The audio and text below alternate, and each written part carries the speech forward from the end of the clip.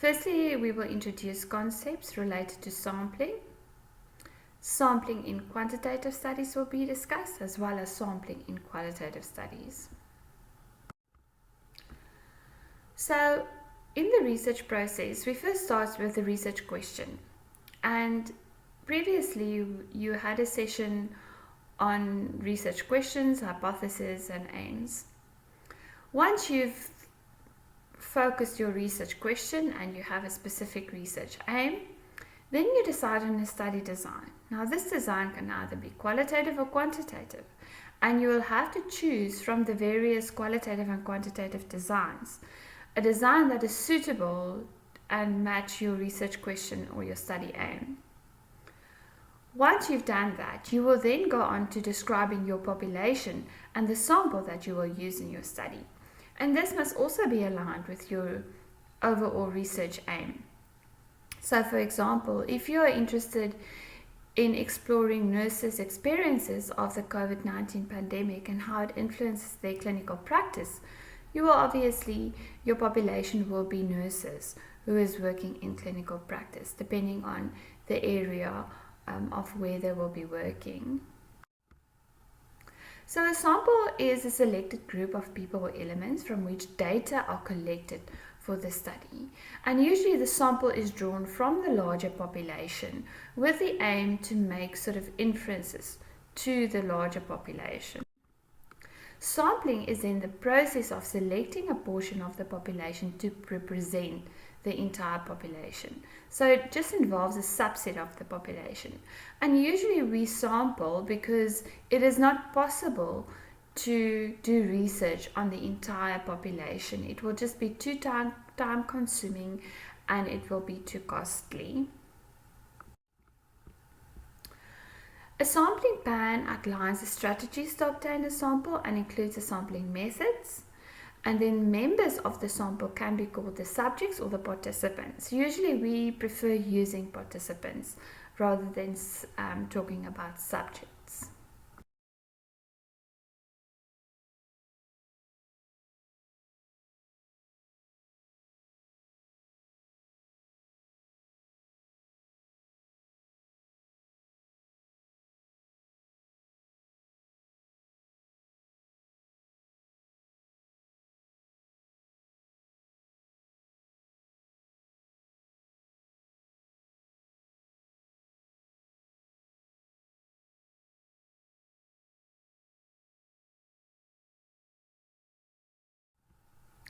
So here's the audience response question that you can reflect on. Sampling in research may be defined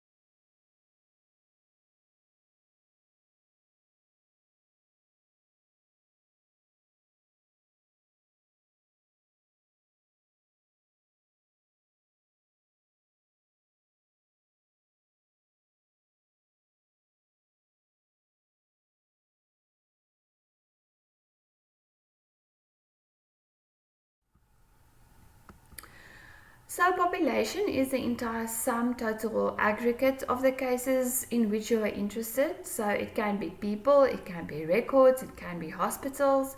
In this case, it can be all the nurses that's involved in clinical practice related to COVID-19. Your target population is usually the aggregate of cases which a researcher intends to generalize. So these are also people that meet the inclusion criteria. So for this study, for example, we can specify that we want to focus on nurses. This figure illustrates what I've just told you, and so you get the population.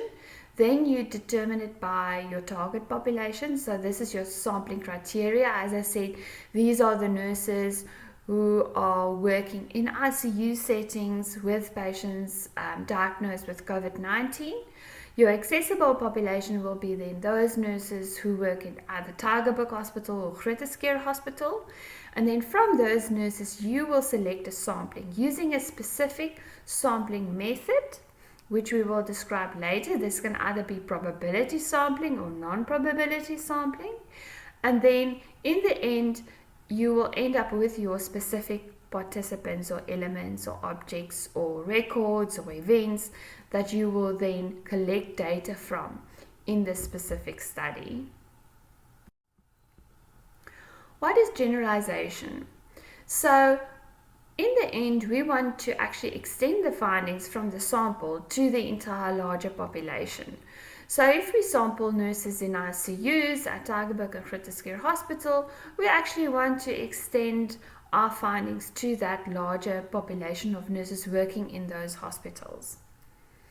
So the extent of which we can generalize is influenced by the quality of the study, how we selected the sample, and we can also look at previous research if we want to generalize. So we can look at research done in other settings and see whether they have found similar things.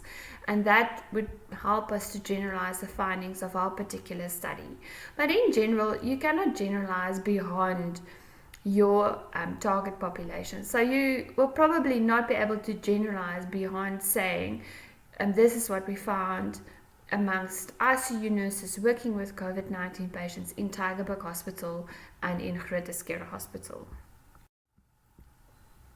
What is inclusion or eligibility criteria? So you always have to identify your target population by applying this inclusion criteria. This is characteristics that the subject or element must possess to be part of the study. So examples is between the ages of 18 and 45, ability to speak or read English, admitted for gallbladder surgery, or diagnosed with diabetes. In our specific study, we will say nurses who are currently working in ICU settings. Maybe we want to say they've been working there for at least 6 months. We want to say that they have been exposed to patients admitted with COVID-19. So those may be the eligibility criteria in our specific study. You also get exclusion criteria. So this is characteristics that can cause a person to be excluded from the study. It's important to note that it should not be the opposite of the inclusion criteria. So if your inclusion criteria is nurses working in ICU settings, your exclusion criteria should not be nurses not working in ICU settings. So this is specific criteria that a person who meets the inclusion criteria will be, if they possess this characteristics, they will actually be excluded from the study. And usually we do this to narrow the specific sample, to make sure that we exclude any other possible factors that may have an influence on this specific study. And this you will only be able to determine if you've done a very good literature review and look at what may be possible factors that can influence the way that you collect data. So diagnosis of mental illness may be an exclusion criteria. Acutely ill people maybe less than 18 years of age, maybe cognitive dysfunction, unable to read and speak English. Those are all examples of exclusion criteria. What is very important with ethics is that you must justify your exclusion criteria. And if you say you will exclude people who have a cognitive dysfunction, you must actually say how will you assess if a person have a cognitive dysfunction. So in your exclusion criteria, you may say, well, in our study on nurses with COVID-19 or nurses who is looking after patients with COVID-19 in ICU settings, we are going to exclude the nursing managers because they are not in contact on the ground level with the patients. Or we can say that we will exclude the agency nurses. So, but you must provide a very good reason for excluding people, because the ethics committee look at justice and fairness, and you must be fair when you define your inclusion and exclusion criteria for a specific study.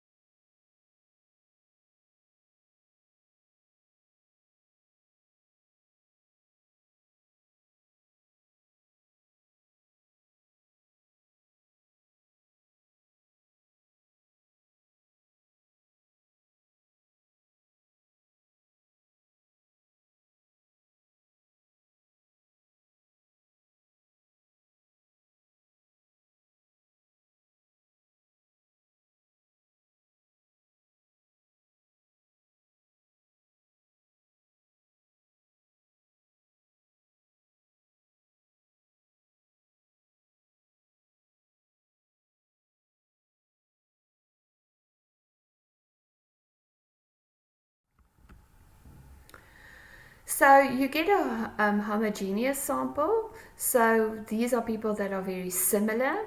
Okay, and then you also get a heterogeneous sample. So that represents a broad range of values. Usually in intervention studies, if you want to test the intervention, you want to see whether a specific education or training program on personal protective equipment, if that is working or effective for ICU nurses working with COVID, then you will select nurses who are very similar. So only nurses working in ICU setting, nurses who are permanently employed, for example. If you just want to do a survey, a cross-sectional study of various people's opinions of maybe if they are supported enough to work with COVID-19 patients, you may have a more heterogeneous sample. So you may then decide, well, I want to include nurses working in all different wards in a hospital. I don't want it to be so focused on an ICU setting. But that will depend on the aim of your study. So sample representativeness, we obviously want the sample to be representative as far as possible to the general population. And because what we want to do is the data that we collect from the sample, so the sampling data, we want to generalize it to population parameters. So we want to say, the mean of the sample was this number, the mean knowledge score, or the mean opinion, or the average opinion of nurses in this study was X, and therefore we want to generalize it to the population, and we want to with fair precision or accuracy, we want to say that we can actually estimate from this sample what is the population parameter. So that is why sampling representativeness is very important. Inappropriate generalizations is when you are trying to generalize beyond your sample, your target population. So, for example, if you include only English-speaking people in your sample, you cannot really generalize your findings to people from all languages. If you only include females in your sample, you cannot really generalize your findings to males as well. So that is why the sampling inclusion criteria is very important, because it will really influence your ability to make generalizations about the larger population. Now, this is a study that was published last year and retracted by Stellenbosch University, and this is really an example of an inappropriate generalization. So this was about cognitive functioning in a colored South African woman, and if you look here, this is the abstract. You will see that it was a group of 60 women between the ages of 18 and 64 included in the study. And below, I've taken an extract from the study where they say how these women were selected. So they say it was a cross-sectional design, self-reported, of women, and they reside permanently in a predominantly colored settlement. And they were invited to participate. Participants were recruited using non-probability sampling techniques, meaning that this is a non-random sample, and this is 60 women. We don't know how large this community is, how representative is this community of general colored people on a larger scale. And then they make a conclusion at the end to say that young to middle-aged women present with low cognitive function. Okay, so you can clearly see, despite from the ethical issues that was highlighted with the study and why the study was eventually retracted, is that really the sampling of the study was really very small. It may have been a biased sample, and they've made a general conclusion that is really based, inappropriate generalization. despite from the fact that there may be other things, ethical things, that was also wrong with this study. I just wanted to highlight specifically the issues related to the sampling and the generalization that they made in this article. So what is sampling error? That is the difference between the actual population mean and the mean of the sample. So we would like to be the mean of the sample to be as close as possible to the actual population mean. And the larger our sample size and the more representative our sample, the closer the sample mean will be to the population mean, and therefore there will be less sampling error. Now, sometimes there will definitely be variation. It will never be exactly the same. And random variation is the expected difference in values that occurs when different subjects from the same sample are examined. So there will definitely be random variation. Some values will be higher and some will be lower, and we expect this and we can account for this when we do statistics. So here's just an illustration to see, the sample mean, the population mean, and the difference between that is a sampling error. So there is random variations, as I've explained to you now, but then we also get systematic variations or systematic bias, and that is what we want to avoid when we sample in studies. Usually a systematic variation is where the measurement values differ in some specific way from those of the population. And this comes in, for example, when you do a bias selection.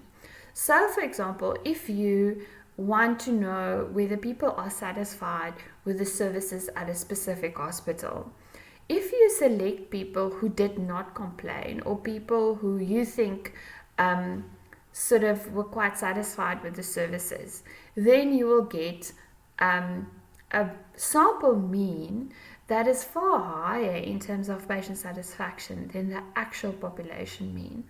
And this is where systematic bias comes in. This can also come in if you have a measurement tool that is not correct, that is not valid and reliable. That will then mean that your population, your sample mean, will differ quite a lot from your actual population mean, and we want to avoid that. Then we also have to look at concepts like refusal rate and acceptance rate. So if you have a large survey study and you're approaching quite a lot of participants, say you have a population of 1,000 students that is attending a specific course and you want to get their opinions on that course.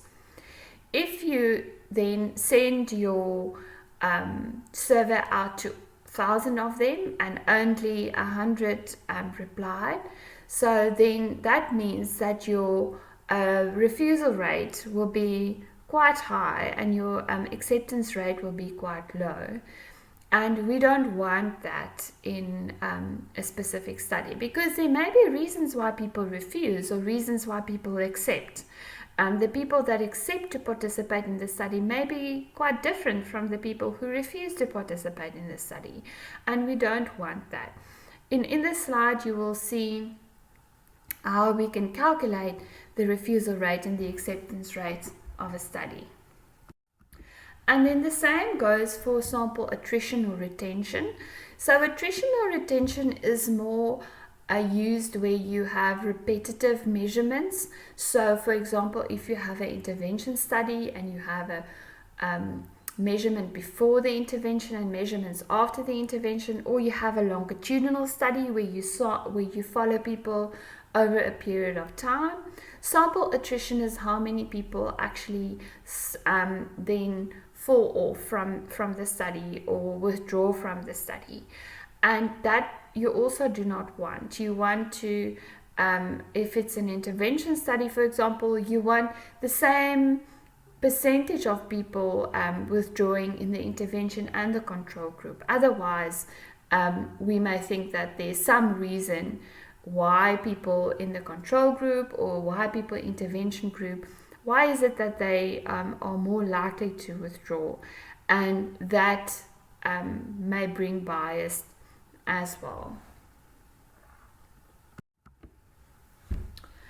Your sampling frame is a list of every member in the population. So usually, if possible, it's sometimes not always possible to get a list of everybody, but in our example study of ICU nurses and the experiences of caring for COVID-19 patients, we may be able to get a list of all the ICU nurses working in Tygerberg Hospital or Groote Schuur Hospital, and that will then be our sampling frame. The sampling plan is then the strategies that we can use to obtain a sample, and this is then either probability sampling or non-probability sampling plans. Here we will see the main differences. So probability sampling is the gold standard. It means that there's random selection, there's greater representativeness, people have more or less an equal chance of being included in the study. Whereas non-probability sampling means that not all people have an equal chance of being included in the study. It's more likely to be biased, and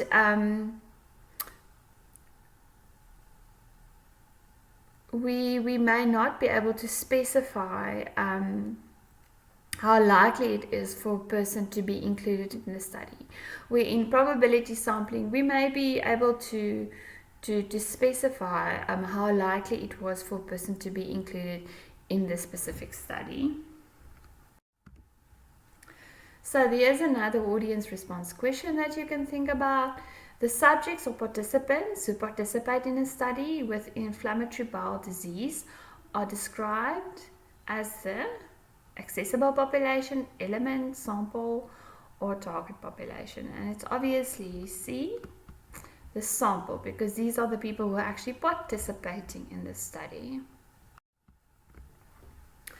So now we're going to speak about sampling designs in quantitative studies, and we will start with non-probability sampling. So this is non-random. Every element does not have a chance to be included. The first one is convenience sampling. So here we just go with people who are readily available. Maybe you go to a specific ward at Tygerberg Hospital and you just select all the nurses who are on duty on that specific day at that ward, and you include them in your study about the experiences of COVID-19. You also get quota sampling, so this represents segments of the population. You may want to include males and female registered nurses. We know that there are far less males working in nursing, so we will sort of make a proportionate sample where we include a few males, but mostly there will be females in our sample. That is a quota sample. You also get consecutive sampling, so you may want to say, okay, I need 100 nurses, so I will do a consecutive sample. I will, for the next 10 days, go to the hospital, and I will just take all the nurses who are willing to participate over that period of time. That's a consecutive sample.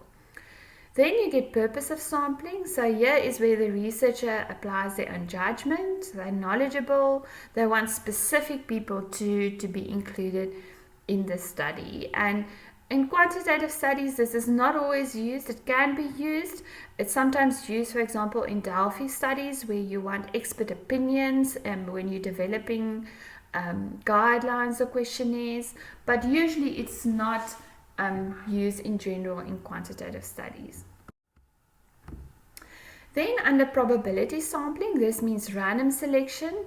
So it's not to be confused with random assignment or randomization.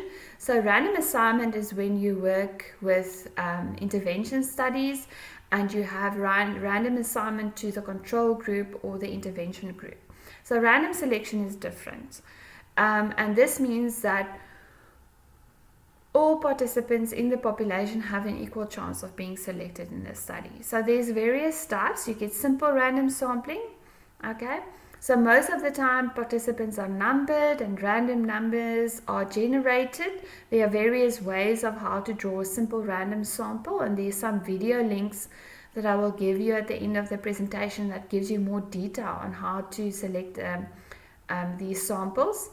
Then you get a stratified random sample, so you may have different strata, and it's very similar to quota sampling, where you, for example, will have, if you have the list of registered nurses working in Tygerberg Hospital, you may randomly sample from the males and randomly sample from the females to make sure that you include both genders. So that would be, you have a specific criteria that you are using to select. Then you get systematic sampling. So this is where you select every case from the list, and there's a specific formula that you use. So for example, if you need, if you have a population of 1,000 and you need 100 nurses to participate, then you will select from the list the sampling frame that you get. For example, you will select every 10th nurse from that list, and that person will then be included in your sample. So here is just more detail about simple random sampling, how you can do it, and it is important to do simple random sampling. You actually need a sampling frame. You need a list of all the people that is involved or that could possibly include it in your study. Then stratified random sampling, here is more information about that. It can either be proportionate or disproportionate, so it can be weighted according to the actual proportion of people in the population. For example, you may want to draw less males than females because in general there are fewer males in nursing than females. And again, I'm not going to go into much detail here. There is videos that you can watch to explain these in more detail. Then cluster sampling is an interesting method that is used. It's also sometimes called multi-stage sampling. And this is where, for example, you first sample hospitals. So in this case, we sort of purposefully selected the two major hospitals, and then within the hospitals we can sample ICUs. So we may not take all the ICUs, we may randomly select 2 or 3 ICUs, and then within that ICUs we can then also randomly sample nurses, either using stratified sampling or simple random sampling. But cluster sampling is a method where you use various stages of sampling. Then systematic sampling, I've already explained to you how you then select it. And the key thing here is it is random, but not everybody may necessarily have an equal chance of inclusion, especially if you are using a list that has a specific order, or people may have particular characteristics based on that order that you are used to select. But it is an acceptable method of sampling. So how do we determine sample size in quantitative studies? There's various concepts that we need to talk about: power analysis, effect size, the type of quantitative study, the number of variables, measurement sensitivity, and data analysis techniques. And all of these factors need to be taken into consideration when you determine your sample size. If you are doing a quantitative study, you must see a statistician. The statistician will probably consider all of these factors when they calculate a sample size for you, for your particular study. So what is a power analysis? So power analysis is quite complex. I've included a video here from Khan Academy that explains what is power. You can follow the link and then you can watch that video. The standard power is 0.8. This is a calculation that the statistician can do for you. It depends on your level of significance. So usually the larger your sample size and the more precise the measurement that you have in your study, the better your power. And the minimum power is 0.8 point 0.8 as I stated here. And this basically tells you if you will be able to detect significant differences or significant relationships within a particular study. So, if your study has an hypothesis where you want to look at relationships between variables or you want to look at differences between groups, you definitely need a power analysis to see, okay, so what would be the required sample size that I need to be able to detect significant differences between groups. What is effect size? So the effect size is the presence of the phenomenon being studied, is the extent to which the null hypothesis is false. When the effect size is large, there's a large difference between groups or it's very present in a population, only a small sample is needed. So, for example, if you were looking at the presence of mental health problems amongst ICU nurses who deal with COVID-19 patients, if you expect that about 50% or more nurses will have some kind of mental health issue, then you actually need a small sample size. And that you determine based on previous studies. So if previous studies have shown that that mental illness is quite prominent amongst ICU nurses, and especially if they are now being exposed to additional stress, it may even be more prominent, then your effect size is quite large. But if you're looking at very small effect sizes, if you're not actually sure, about how large this phenomenon would be, how large the effect will be, how many people will be affected in your study, then usually your sample size should be a bit larger. The number of variables in your study, if you are looking at a lot of variables, if you want to know what are the factors influencing nurses' mental health in this time of COVID, is it their personal characteristics? Does it have to do with their training? Does it have to do with their work satisfaction? The more variables you have, the larger your sample size have to be, and this relates to the type of statistical procedures that is needed to actually confirm your hypothesis or examine your hypothesis. So it is important that you not include unnecessary variables in your study, because the more variables there are, the larger your sample size will need to be. Then measurement, sensitivity or precision.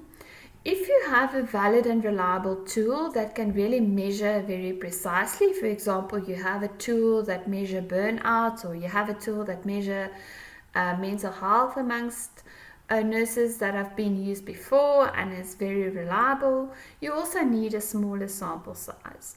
If your tool may not be very precise, it's a new tool that you are developing, or if you've just developed this tool, usually your sample size needs to be a bit larger to account for the lack of precision in measurement. And this all relates to your ability to make inferences to the population from your sample.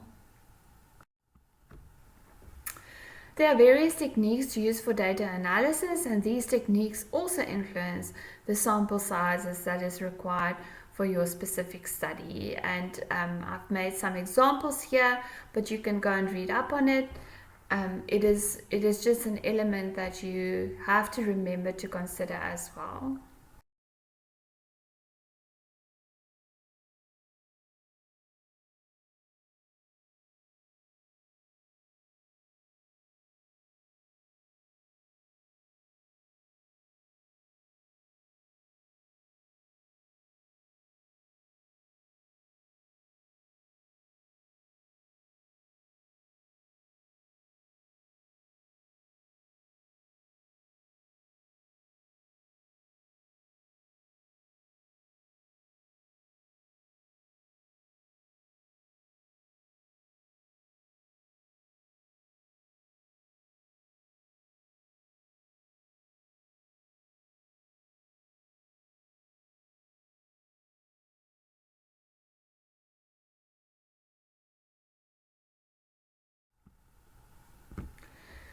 Now we come to sampling in qualitative research.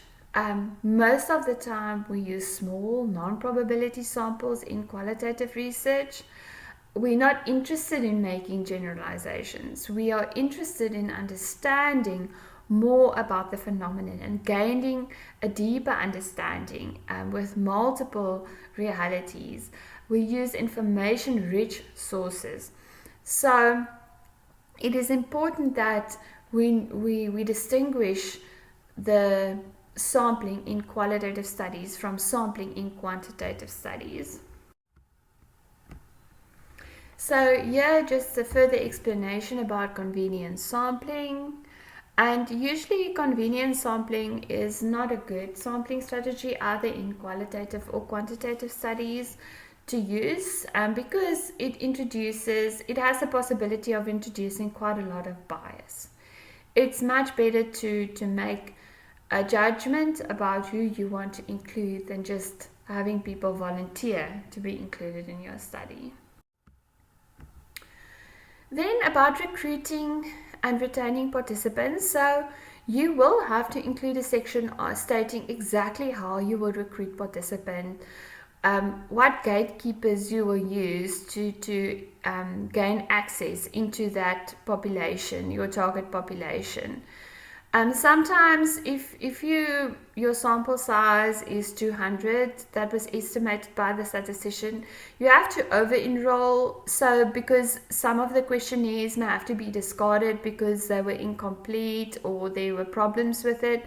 So that depends. In qualitative research, you will continue until data saturation is achieved. It is very important that you also consider the POPI Act. So now, with the protection of patient information and confidentiality, as a researcher, you cannot just go into a facility and gain access to a person's records or get a list of names of people who are currently taking medication for HIV, for example. You will have to first go through the healthcare providers. They will have to inform participants, and then the participants will have to come to you or tell you whether they are willing to be included in the study or not. So as a researcher, you cannot just gain access to the participants' information, even if you're working at that particular facility, because this information is for research purposes and not for clinical care. So that is important to consider.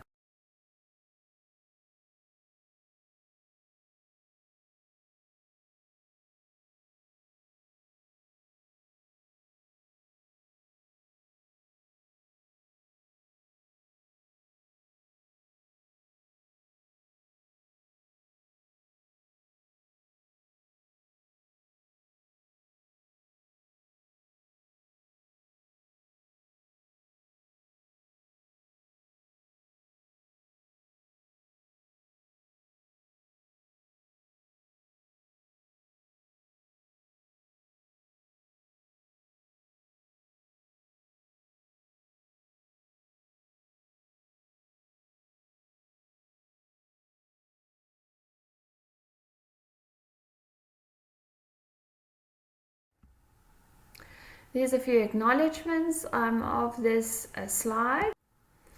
There is informative videos that you can watch further about different sampling methods. In quantitative, most of them are quantitative and then also qualitative. Please go and watch the videos. The more you watch it and it's explained by different people, the more you get an understanding of these various methods.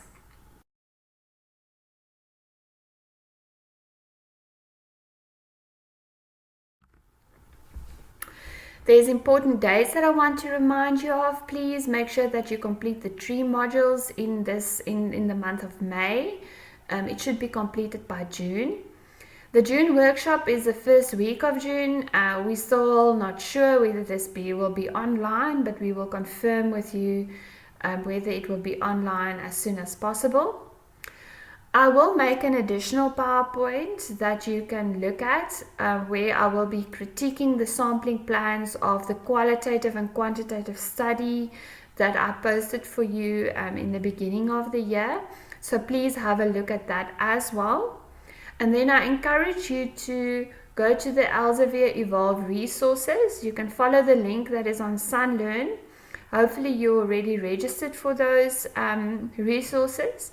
Then you can go to the specific chapter that speaks about that population and samples, and then there's review questions that you can complete that will help you to understand the work better.